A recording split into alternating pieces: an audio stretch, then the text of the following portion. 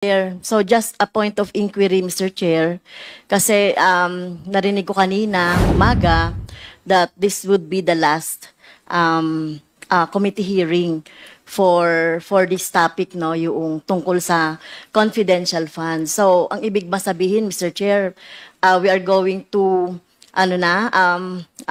we are going to have a committee report na, Mr. Chair, after this? This will be the wrap-up committee hearing insofar as confidential fund, pero hindi pa po tayo magtatapos sa ating committee hearing. Kumbaga, year-ender lang. Sinasummarize lang po natin kung ano po mga nangyari na itong pong nakaraang 7 hearing. Yeah.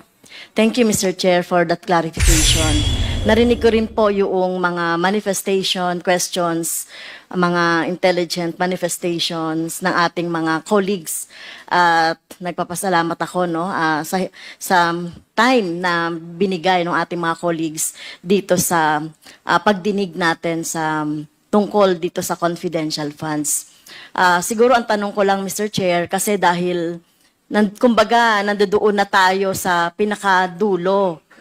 At lumalabas dito na parang natapos kay Fajarda at kay Acosta, Mr. Fajarda Mr. Fajarda as SDO ng DepEd, tsaka Acosta naman yung SDO ng VP. Tama po ba? So, parehong sinabi nila na mukhang sila, no, natapos na sa kanila yung pondo, pero yung cheque, sila yung nakapirma, sila yung tumanggap, no? Pero ang nangyayari, Mr. Chair, kung titignan natin ang mga pangyayari, mukhang hanggang doon na lang yung mga opisyal ng AFP na naging security officer na pinagbigyan nito ay walang accountability dito. So, at binanggit nyo rin po, AFP na yung mag-iimbestiga.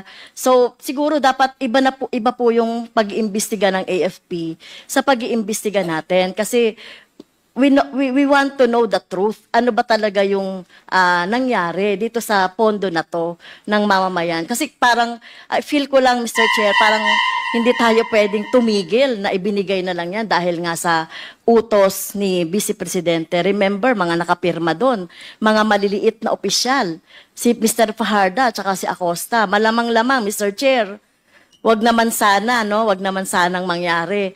Baka sila pa yung mademanda dahil sila yung tumanggap ng cheque, sila yung nagpapalit, pero baka maabswelto itong mga militar, itong mga security officer na tumanggap. Kasi dito lang natin makikita in transparency, no, yung ano ba talaga nangyari doon sa pondo.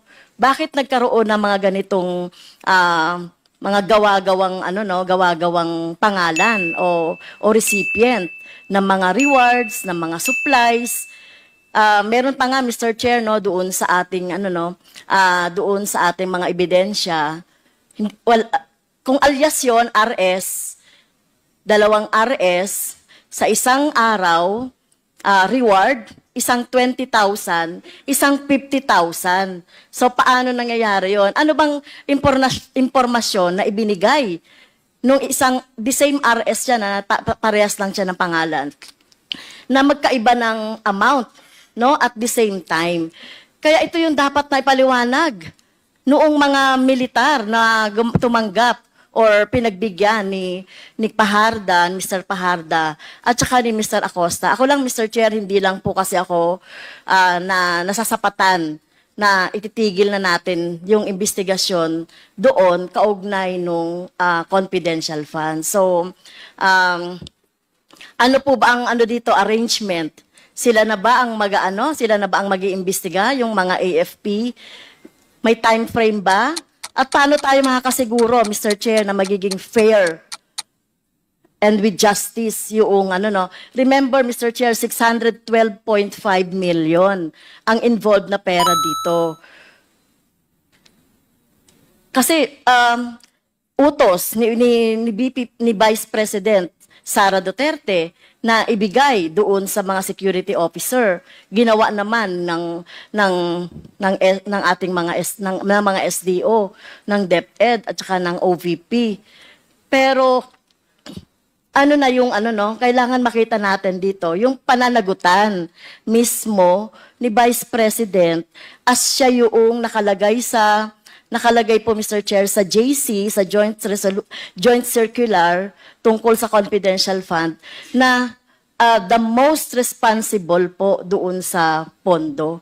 Kasi baka po, Mr. Chair, natatakot ako na baka ang lahat ng sisi ay mapunta doon sa SDO. Natingin natin, wala talaga silang kumbaga, sa conspiracy kasama sila, accessory lang sila.